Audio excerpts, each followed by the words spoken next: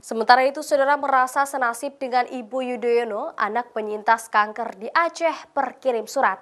Dalam surat tersebut, anak-anak bercerita tentang kisah mereka berjuang melawan kanker, sekaligus memberikan dukungan kepada Ibu Ani Yudhoyono. Nurul Amalia, gadis kecil penyintas kanker darah asal Kabupaten Aceh Utara, merasa bernasib sama dengan Ani Yudhoyono. Nurul pun mengisahkan dirinya dalam surat yang ditujukan kepada Ibu Ani. Dalam surat yang ditulisnya, Nurul bercerita awal mula saat dia diagnosa menderita leukemia alias kanker darah. Merasa takut dan sedih jika ia tak dapat lagi bersekolah dan tidak lagi punya teman. Nurul pun merasa takut akan proses kemoterapi yang harus dilaluinya.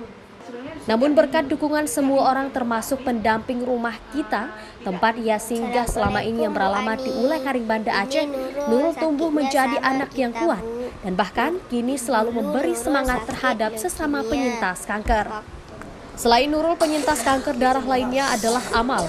Bocah lelaki berusia 12 tahun ini pun ikut memberikan dukungan dan doa bagi kesembuhan Ani Yudhoyono yang masih menjalani perawatan di rumah sakit Singapura.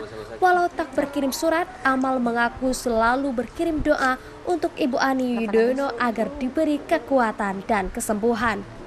Leukemia pas dengar Bu Ani sakit leukemia juga. Habis itu baru terpikir kirim surat biar Bu Ani jangan sedih. Nama saya Ikhlasul Amal, saya juga sakit leukemia CML. Sama seperti Bu Ani. Pesan dari Amal untuk Bu Ani, jaga makanan terus dan minum obat yang teratur. Jangan takut untuk melakukan kemoterapi. Surat untuk saya, untuk Bu Darwati, pokoknya banyak untuk relawan-relawan. Juga terakhir untuk Syakira Airum juga dia tulis surat. Nah ini begitu dia tahu tentang Bu Ani, lihat di TV ya dia juga berinisiatif tulis surat. Koordinator Rumah Singgah Rumah Kita Banda Aceh, Nurjana Hussein, mengatakan sejak pertengahan 2018 lalu, lebih dari 10 anak penyintas kanker dengan berbagai kondisi singgah di Rumah Kita untuk melakukan pengobatan ke Rumah Sakit Zainal Abidin Banda Aceh. Di antaranya adalah Nurul dan Amal. Keduanya telah melewati masa kritis proses kemoterapi dan kini tengah menjalani masa maintenance alias perawatan. Data tahun 2018 disebutkan sebanyak 40 penyintas kanker anak dan dewasa berobat ke Rumah Sakit Umum Zainal Abidin Banda Aceh perharinya.